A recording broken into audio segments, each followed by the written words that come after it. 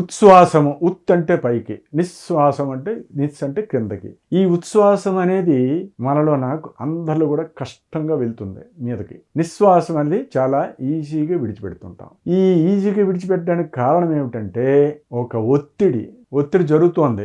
దేంట్లోన?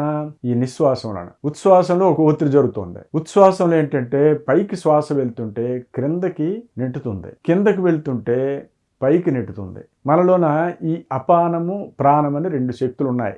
అపానము అంటే అర్థం ఏంటంటే మన ప్రాణశక్తిని ఈ భూమధ్య స్థానాన్ని నుంచి సుషుమ్నా గుండా అంటే వెన్నుపాము గుండా క్రిందకి నడిపించే శక్తిని అపానము అంటారు. ఆ అపానం అనేది నిశ్వాసము కలుగు చేస్తుంది. అపానం అనేది. ప్రాణం అంటే ఉచ్ఛ్వాసాన్ని కలుగు చేస్తుంది. ప్రాణం అంటే పైకి తీసుకువెళ్తుంది శ్వాసని. ఈ రెండు కూడా ఏంటంటే మనలోన ఈ ప్రాణ అపానాలన్నీ కూడాను నిమిషానికి 15 సార్లు, గంటకి 900 సార్లు, రోజుకి 21,600 సార్లు మనం ఈ శ్వాసగతిని నడుపుతున్నాం.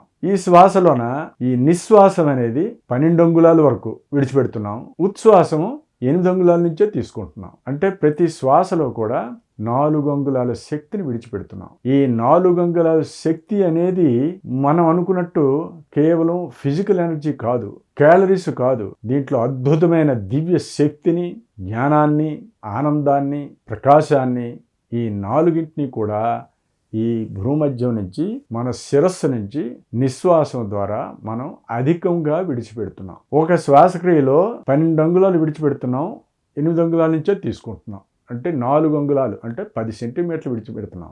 ఈ 10 సెంటీమీటర్లు ఒక శ్వాసకైతే మరి 15 శ్వాసలకి 150 సెంటీమీటర్లు, గంటకి 900 సార్లు ఇంటూ 10 సెంటీమీటర్లు, రోజుకి 24,000 గంటలకి 21,600 శ్వాసలు ఇంటూ 10 సెంటీమీటర్లు. ఇలా లెక్క వేసుకుంటే 2,16,000 సెంటీమీటర్ల వరకు మన శక్తిని కోల్పోతున్నాం. సెంటీమీటర్ల శక్తిని మనం మీటర్లో కన్వర్ట్ చేస్తే 2,160 మీటర్లు అవుతుంది. ఇది సామాన్యంగా మనము ఆరోగ్యంగా ఉన్నామనే చెప్పుకునే వాళ్ళలో జరుగుతున్నది.